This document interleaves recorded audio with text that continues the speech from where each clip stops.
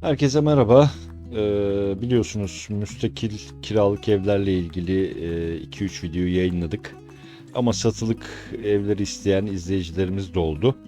Onları kırmayalım dedik ve satılık evler videosu hazırladık. Hem sizler için hem onlar için. Biliyorum birçoğunuz denize yakın olsun, Ege'de olsun istiyorsunuz ama artık Ege'de gerçekten böyle ucuz ev bulmak çok zor. Ee, Bu yüzden hani ilerleyen dönemlerde böyle sadece hani ille de Ege olsun diyorsanız böyle arsalar olabilir. İşte Ege'ye yakın bölgeler olabilir. Bununla ilgili videolarımız da olacak. Ee, Bu yüzden bizi izlemeye devam edin diyelim. Yine biliyorum bizi izleyen kitle %95 34 yaş ve üstü, ağırlıklı olarak da emekliler. Bu ilk videomuzda böyle biraz daha düşük bütçeli evlere bakacağız. Bu emeklilerimiz için belki böyle daha makul bir şeyler bulunabilir diye ilk videoyu ona göre, o fiyat bandına göre hazırladım. Ama ikincisinde böyle daha eli ayağı düzgün evler olacak. Hani Ege bölgesinde diyeyim. Bu videoda yine var, İzmir'de, işte Muğla'da bazı evler olacak ama hani ikinci video böyle bütçe biraz daha yükselince daha böyle nedir, derli toplu evler olacak diyelim. Ve yakında yine bir videomuz daha olacak. Bu da Ege evleri mi yoksa hani Batı Karadeniz, Marmara evleri mi diye bir karşılaştırma videosu yapacağım. Elbette ki Ege, Akdeniz her zaman ilk tercih ama şimdi artık fiyatlar böyle o kadar acayip hallere vardı ki alternatif olarak hani böyle bir emekli yaşamı olarak Batı Karadeniz ve Marmara, iç Ege'de de böyle emeklilerin yaşayabileceği çok güzel yerler var. Hem böyle onların bir kıyaslama videosunu çekeceğiz hem de o ilanlarla ilgili ayrı bir video yapacağız. Diyelim, hemen çok uzatmadan ilk videomuza geçiş yapalım. İlk videomuz İzmir Bayındır'da. İzmirciler, Egeciler için aldım bu evi. Hemen bakalım, ilan tarihi 9 Mayıs 2024. 58 metrekare net bir alanı var.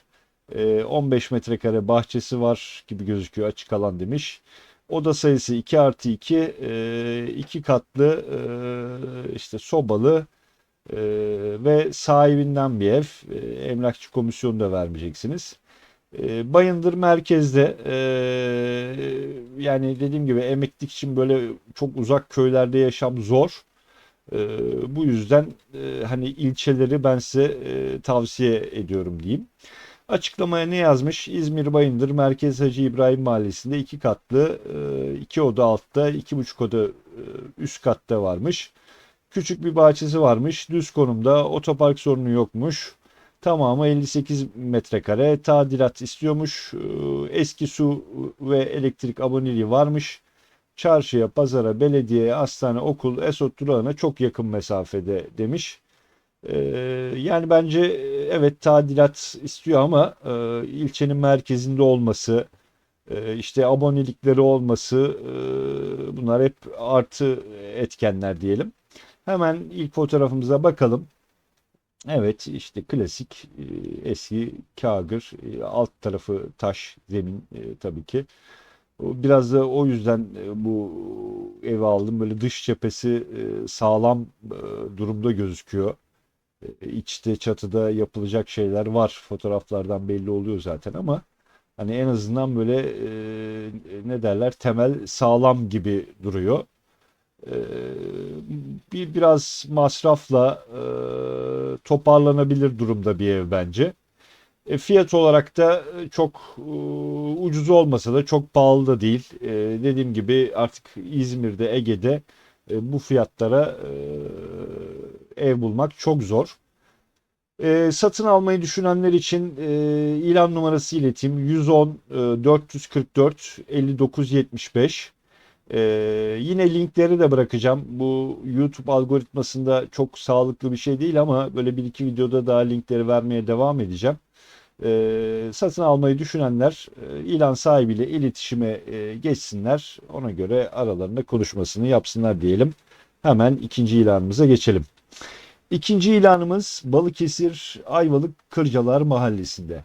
Yani şu hemen bir notum var bu ilanla ilgili. Ben bu ilanı geçen seneden beri görüyorum. Bazen fiyatı düşüyor, bazen daha yükseliyor, bazen ilan yayından kalkıyor, tekrar giriyor. Hani anlayamadım ama hani Ayvalık'ta inanın hani çok rağbet gören bölge. Hani bu köyü tamam merkez değil ama Ayvalık'ın köyü, dağı, tepesi, zeytini, zeytinliği her şeyi bir şekilde yoğun talep görüyor. Bu ev niye halen duruyor? Hani Ayvalık'tan hani satın almak isteyenler bir arasın, görüşsün. E, Nedir, ne değildir. Ama hani hem fiyat olarak bence makul durumda hem de yani evde böyle çok aşırı yıkık dökük değil. Hemen bir ilanı inceleyelim, konuşmaya devam edelim. 8 Mayıs 2024 tarihinde yayınlanmış 150 metrekare brüt, 140 metrekare net alanı var. 3 artı 1 demiş. Bunun harici krediye uygunluk vesaire. Hayır bunların hiçbirisi değil. Kimden? Emlak ofisinden. Hemen bir açıklamamıza bakalım. Ayvalık Kırcalar Köyü'nde 1 artı 1 müstakil satılık ev. 53 metrekare artı 90 metrekare hazine arazisi bulunmakta olup toplamda 143 metrekare. Hazine arsası ecri misil ile kullanma hakkı arsaya aittir demiş. 5 yıllık cüzi miktarda 150-200 TL gibi bir kullanım bedeli ödeniyormuş. Gerekli başvurular yapılıp bölgedeki rayiç bedeli üzerinden tamamen de satın alınma hakkı varmış. Elektrik suyu aktif haldeymiş.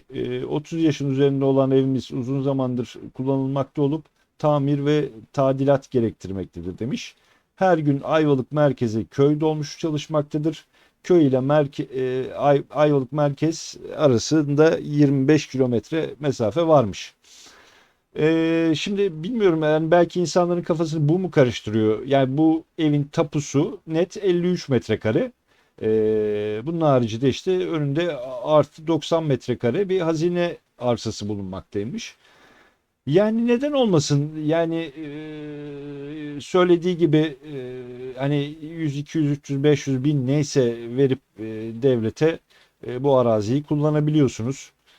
Sizin ama net alanınız 53 metrekare.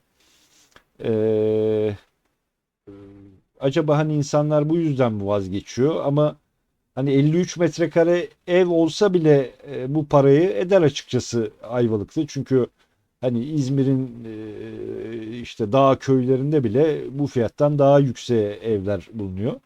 Bir fotoğraflarımızı bir inceleyelim. Bakın evimiz bu. Şu alan. İşte şu alanda muhtemelen bahsettiği 90 metrekarelik e, devlete ait olan arsa. Burayı cüzi rakamlara kiralıyorsunuz. Yani hiçbir şey değil. Veya hani komple çözüm istiyorsanız oraya uygun şekilde satın da alabiliyorsunuz. Şu mu oluyor tam kestiremedim ama ya bu ya bu. Bunlardan birisi galiba. Ya da şu mu acaba? Neyse yani bir şekilde bulunacaktır oraya gittiğinizde. Bu köyün böyle komple şeyini almış. Ya söylediğim gibi Ayvalık'ın her şeyi para ediyor. Yani burada evi satmakta da çok zorlanacağınızı sanmıyorum. Ama sadece beni şüpheye düşüren dediğim gibi bu ev böyle çok yayında durdu, kalktı, fiyatı yükseldi, düştü. Böyle daha hani emlakçıyı arayıp net detaylı bilgi alın lütfen.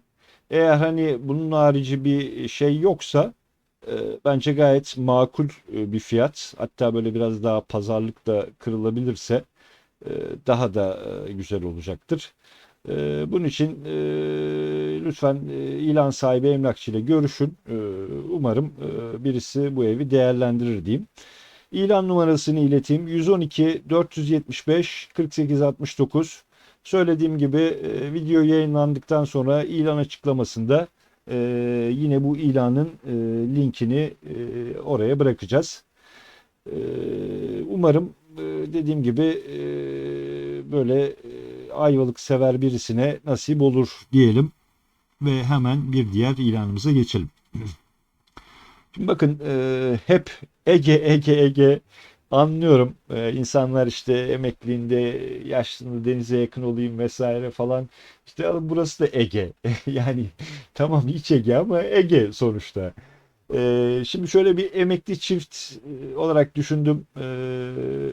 Ben böyle bir emekli çift olsam hani İzmir'in böyle ta dağ başında işte böyle bir dünya tadilat masrafı gerektiren bir ev alacağıma dedim. Hani böyle küçük bir ilden, sessiz sakin bir ilden böyle bir ev alıp hani oturmak da mantıklı gelebilirdi. Hani böyle bu yaşlara gittiğimde inanın hani benim için fark etmez. Huzurlu bir yer olsun yeterli. Çok uzatmayayım, hemen ilk önce bir ilan tarihine bakalım. 7 Mayıs 2024, 90 metrekare brüt, 75 metrekare net alanı var. 90 metrekare açık alan diyor. Bilmiyorum, bahçesi de var galiba. 2 artı 1, kat sayısı 2. Anladığım kadarıyla 2 artı bir alt katta bir de üst katta var. Hemen ilan açıklamasına bakalım. Kimden? Sahibinden. Emlakçı komisyonu da yok. Bakalım ne diyor? Yatırımlık arsa fiyatına şehir merkezinde. Niye aldım bu ilanı? Şehir merkezinde. Yani hastaneye, ne bileyim markete, yani bütün devlet olanaklarına yürüme mesafesindesiniz. Yani bu çok önemli bir şey. Bunun harici işte dediğim gibi bir de huzurlu, sessiz, sakin bir ilçe ise bir emekli için neden olmasın.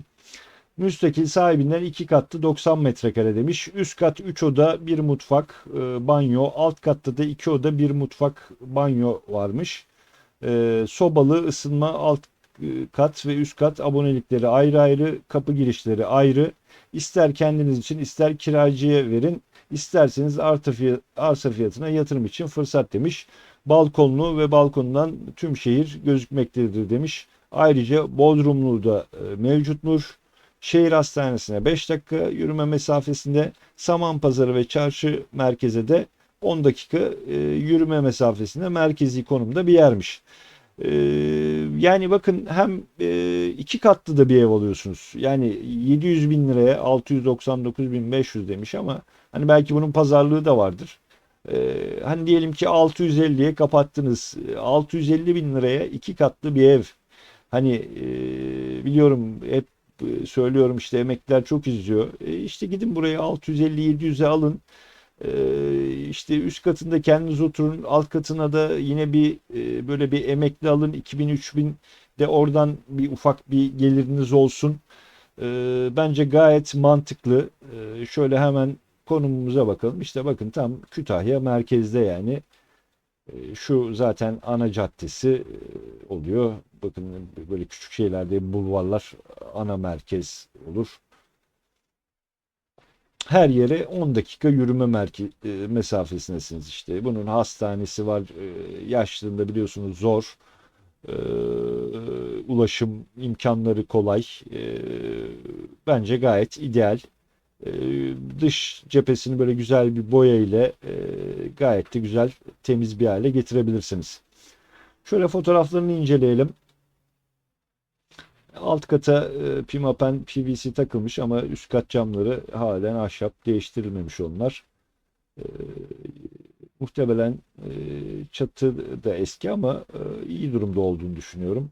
Yani böyle çok iyi durumda değil ama idare edilebilir bir konumda gibi gözüküyor. İç cephe fotoğraflarını yayınlamamış.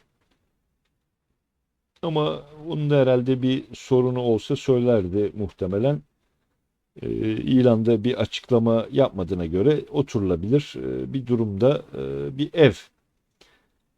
Evet hani şimdi böyle Ege'den böyle iç Ege'ye doğru gitmek insanı şey yapabilir ama bu fiyatlara bence gayet makul ve mantıklı.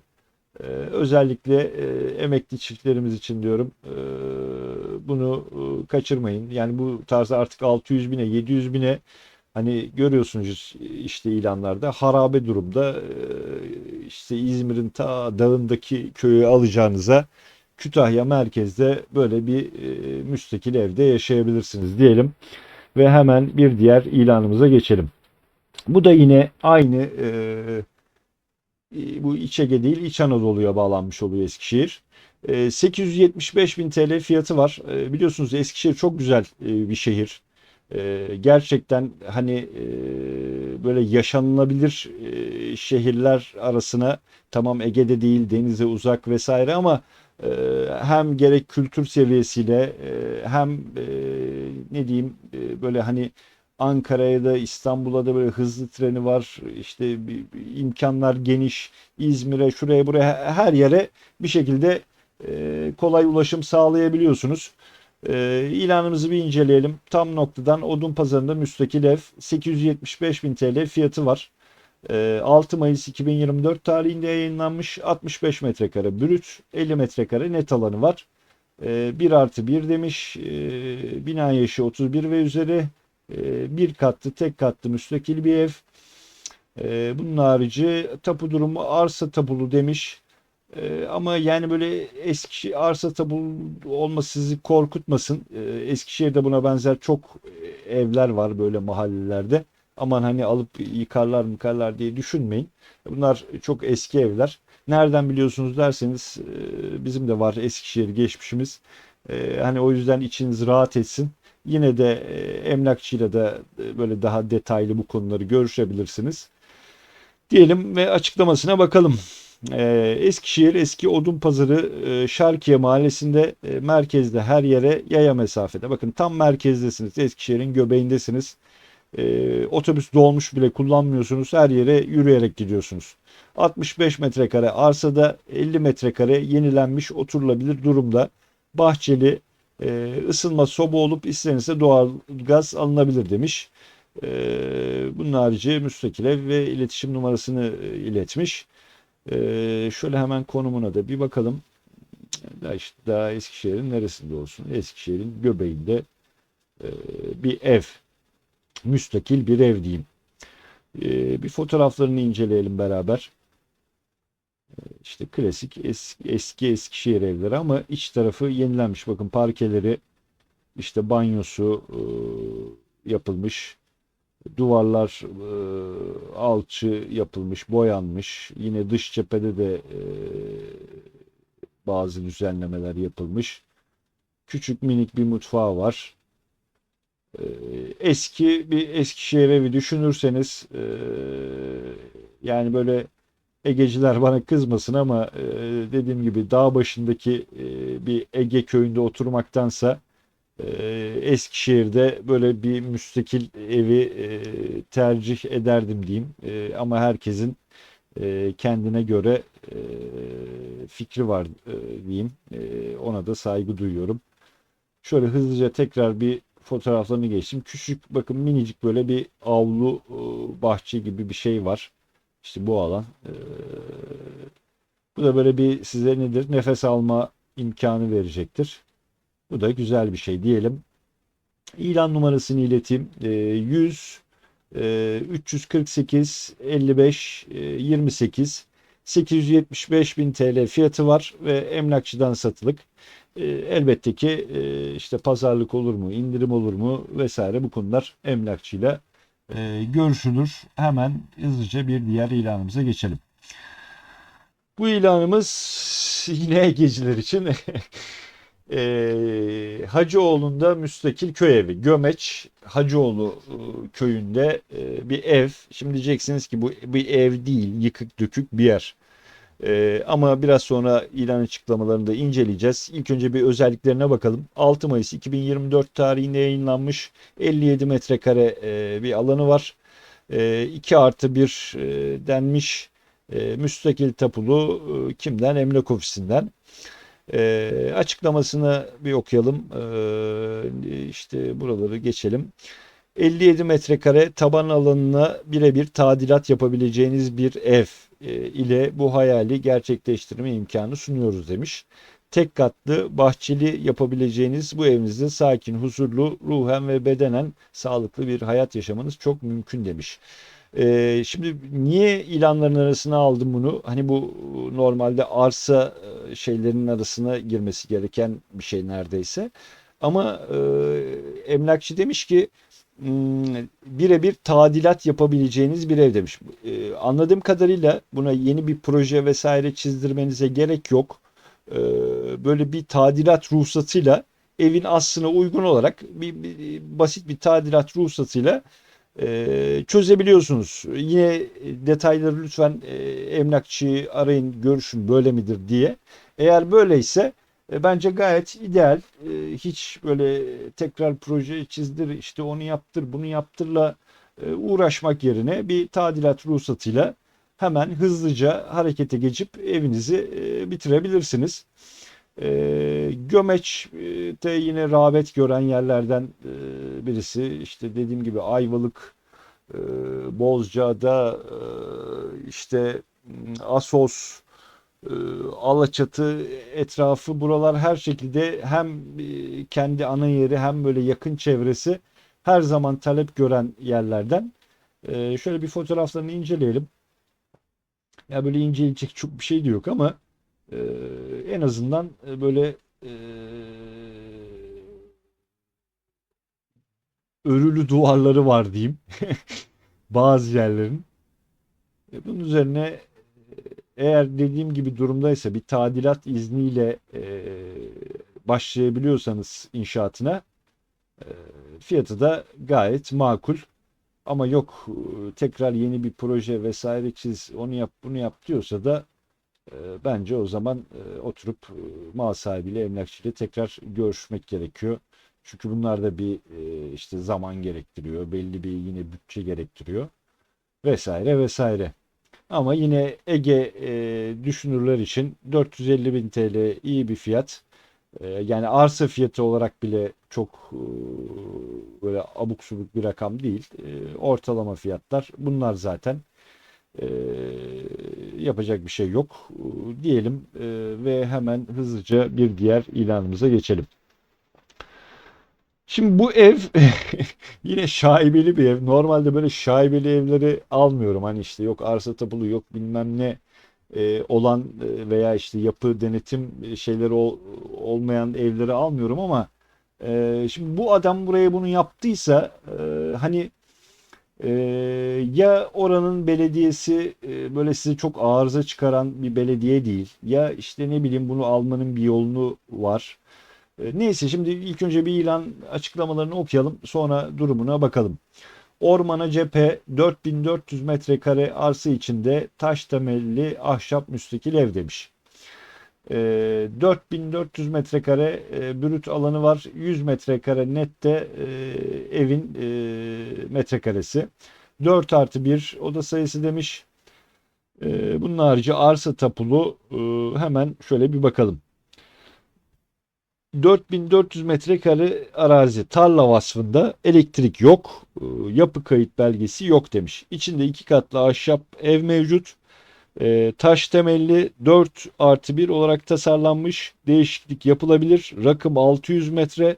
150 adet ceviz fidanı bulunmaktadır demiş. Su deposu varmış. Ormandan özel yolu varmış. Aracınız ile tarlaya kadar gidilebiliyormuş. Ana yola 500 metre mesafedeymiş. Ormanlarla çevrili. Köye 1,5 kilometre, Gönen'e 20 dakika mesafedeymiş. Evin içindeki eksiklikler anlaşmaya bağlı olarak tamamlanabilir demiş. Satışa hazırdır. Bir gün içinde tapu işlemleri yapılabilir. Bakın dediğim gibi yapı kayıt belgesi yok. Hani elektrik yok vesaire yok ama hani sonuçta 4400 metrekare 4,5 dönüm bir arazi. Yani evet bu yasal değil ama işte dediğim gibi bazı belediyeler hani böyle çok insanın ciğerini söken belediyelerden olmuyor. Bu emlakçıyla konuşup, sahibiyle konuşup ya bunu yasal hale getirebilir miyiz? Getirirsek ne kadar masrafı olur? İşte ne yapmamız gerekiyor? Bu tarz şeyleri görüşüp bu konularda ikna olursanız Böyle tam bir şey evi. Yani böyle hani insan bazen her şeyden nefret ediyor. Gideceğim dağ başına yerleşeceğim diyor ya. İşte bu tam böyle ormanın içerisinde dağın başında hiç komşusu yok, bir şey yok.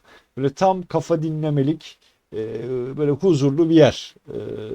150 tane de ceviz fidanı varmış.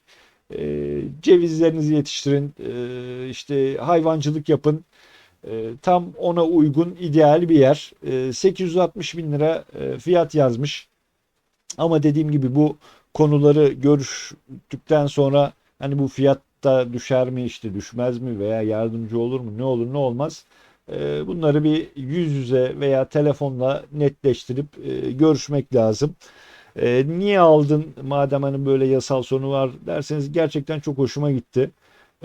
Hem böyle arazi büyük hem ev güzel gözüküyor.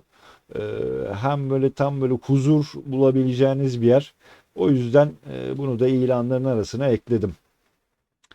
Bakın çok güzel bir ahşap ev. Ee, iki katlı tam böyle dağ evi derler ya, işte öyle bir ev. Hiç etrafınızda aman komşu derdi yok. O öyle yaptı, bu böyle yaptı derdi yok. Bakın henüz camları, kapısı vesaire takılmamış. Adam da bunu belirtmiş zaten. Hani ona göre konuşuruz bunları demiş. Eksikleri ona göre gideriz, buna göre gideriz diye. Hiç yani gelmiş dağın tepesine kocaman evi kondurmuş. Bakın kocaman arazi. 4 dönüm arazi yani. 4,5 dönüm bir arazi. Gönen'e 20 dakika, köye de hemen 1,5 kilometre mesafede bir yer. Henüz yine duvarları da bitirmemiş galiba ama bunlar hep konuşmayla çözülebilecek şeyler. Bakın buraya şeyini de yapmış. Hayvanlarını da koymuş alt kata. Ahırını da yapmış. Yoksa yok, ahır ayrı bir bölgede galiba. Gelin hayvancılığınızı yapın. Doğanın içerisinde işte tam bir e, köy evi mi? Köy evi işte. Tam hatta köy evi bile dağ evi yani böyle huzur bulacağınız sessiz, sakin, e, bence müthiş bir ev. Eksikleri elbette var. Ama ilan sahibi de demiş ki zaten bunlar bir konuşuruz demiş. Ona göre belki bir pazarlık yaparsınız. Bu yasal sorunları çözebiliyorsanız şayet bence müthiş bir ev diyelim. Ama karar size ait elbette. Ve hemen bir diğer ilanımıza geçelim. Yine bu da yine çok hoşuma giden evlerden bir tanesi. Giresun Tirebolu'nda Cintaşı mahallesinde satılık iki katlı ahşap ev demiş. 650 bin TL fiyatı var. 60 metrekare net diyor. 4 artı 1. İki katlı bir ev. Bunun harici arsa tapulu demiş ama dediğim gibi bu şey arsa tapulusuna takılmayın lütfen. Böyle küçük yerlerde bazı evler böyle. Ee, Yani bu saatten sonra hani buraları kimse yıkmaz, etmez. Hani aman bir korkumuz olur diye düşünmeyin. Hani bir garanti veremem ama e, yani bütün evler bu durumda olduğu için hiçbir korkunuz olmasın diyeyim. Kimden? Sahibinden. Satılık iki katlı ahşap ev demiş. Tirebolu Cintaşı Mahallesi Çiçekli Sokak mevkiinde bulunan tek hak sahipli ve tapusu olan 65 metrekare, 62 metrekare üstüne kurulu ahşap ev. Dış cephesi taş duvardır. İçi ahşap olan evin tadilata ihtiyacı vardır. Bu yüzden fiyatı uygun tuttuk. Ciddi ilgilenenlere fiyatta bir şeyler düşünülür demiş. Yani işte size bir pazarlık payı da vermiş.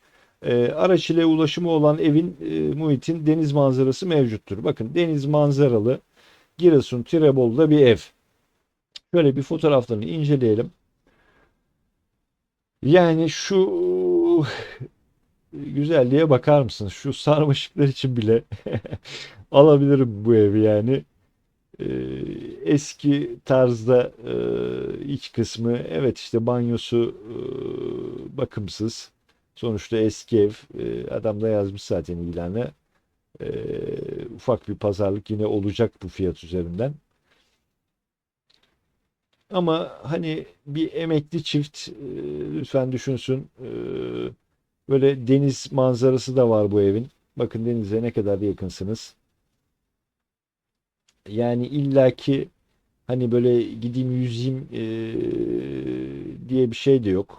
Deniz denizdir. Gidip deniz kenarında bir çay kahve içmek de onun keyfi de bir ayrı. Ama hiç girilmez diye bir şey de yok. Mutlaka şimdi Akdeniz'deki Ege'deki gibi yılın 3 ayı 4 ayı buralarda denize giremezsiniz ama yılın bir ayı, 1,5 ayı girebileceğiniz zamanlar vardır. Söylediğim gibi bu ev böyle emekliler için bence gayet ideal.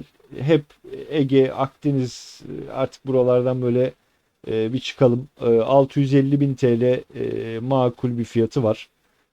Pazarlıkla beraber zaten onu da söylemiş. Belki 600 bine kadar, belki hatta biraz daha iner mi inmez mi bilmiyorum. Ama bence düşünülmesi gereken ilanlardan birisi denizse deniz daha ne olsun, hatta deniz manzarası bile var. Hani o kadar denize yakın bir ev. Diyelim hemen bir diğer ilanımıza geçelim. Diğer ilanımız İzmir Tire'den. Yine Ege taraflarına geldik. İstediğiniz taraflara. 5 Mayıs 2024 tarihinde yayınlanmış 158 metrekare bir ev, 2 artı 1 tek katlı müstakil tapulu emlak ofisinden bir ev.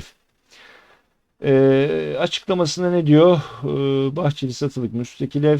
Ev 2 artı 1 olup Dere Mahallesi'nde bulunmaktadır. Net 159 metrekare kullanım alanı bulunmaktadır. Bahçesinde ekip biçmelik toprak alanı bulunmaktadır diyor. Ev tadilat istemektedir. Kendisine ait üst katta terası varmış.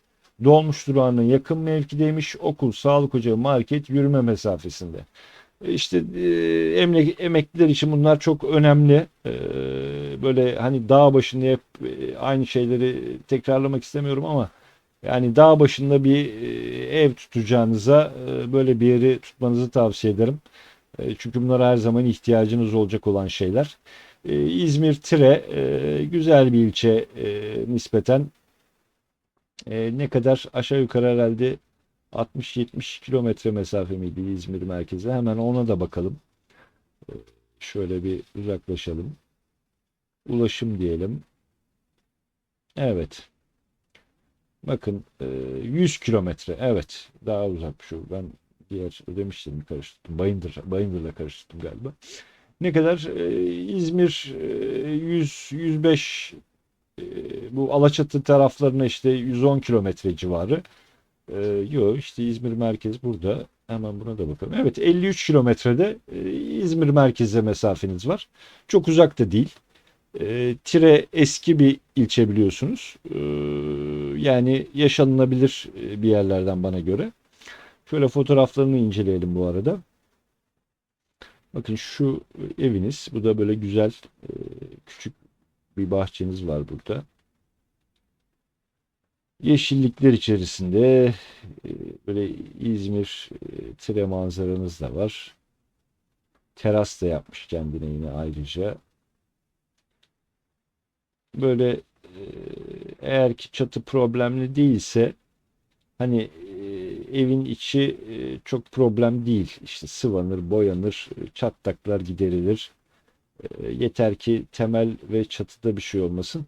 Bakın bu muhtemelen bu alanda böyle ahşap döşemeler vardı. E, Onlar ya çürüdü ya da söktüler. E, O da normalde böyle işte zemin işte bu temel oluyor. Bu temelin üzerine böyle duvar çıkıyor. Burada da böyle ahşap döşemeler oluyor şu kısımlarda da. Ya da acaba bir define, bir kazı mı yapıldı? Bilemiyorum. Eski evleri çok tırmalıyorlar böyle. Evet işte mutfak banyoları iç açıcı olmuyor eski evlerin ama yapılmayacak şeyler de değil. Hatta elinizden geliyorsa e, kendiniz bile böyle yavaş yavaş yapabilirsiniz. Biraz önce baktığımız oda. Bu dediğim gibi muhtemelen buradaki ahşaplar çürüdü. Onları söktüler. Bakın burada yine bir sürü ıvır zıvır da var. Bunlar hep size lazım olacaktır. Tadilat yaparken vermeyin bunları diyeyim. Evet, evimiz bu. Tadilata ihtiyacı var. Ama fiyat olarak böyle çok uçuk bir şey değil. İzmir Tire merkezde bence e, böyle normal bir rakam diyeyim. 750 bin TL fiyatı var demiştik. İlan numarası 113 426 57 92. İlan açıklamalarını da linkini koyacağım. Düşünenler tekrar araştırabilir diyelim. Ve artık son ilanımıza geçelim yavaş yavaş. Hemen bir başlığına bakalım. Yatağan Turgut Mahallesi ev artı arsası bulunan 402 metre köy evi satılıktır demiş. 5 Mayıs 2024 tarihinde yayınlanmış. Brüt 402 metrekare, net 100 metrekare bir alan. 2 artı 1 demiş. Oda sayısı. Bunun harici tapu durumu bilinmiyor demiş. Acaba yine burada arsa tapu mu? Olabilir. Köylerde çok oluyor bu şeyler biliyorsunuz. Açıklamalarına bakalım. Yatağan Turgut Mahallesi satılık 402 metre köy evi ve arsası demiş. Evin oturduğu alan 177 metrekare olup yan tarafında 225 metre arsa ile birleşiktir demiş. Evin iç oturumu 100 metrekare civarındaymış. Turgut merkezde olup her yarım saatte ulaşım mevcuttur demiş. Bölge olarak semt pazarı, postane, sağlık ocağı, ATM mevcutmuş. Elektrik hattı, su hattı varmış. Bunun dışında detaylı bilgi için bizimle iletişime geçebilirsiniz demiş. Hemen şöyle bir konumuna bakalım. Ben bunun daha önce işte konumuna bakmıştım. Bakın İskele'ye yaklaşık işte 40 kilometre, denize 40 kilometre mesafedesiniz. İşte köyden buralara Akyaka, mesela Akyaka iskelesine 43 kilometre mesafedesiniz.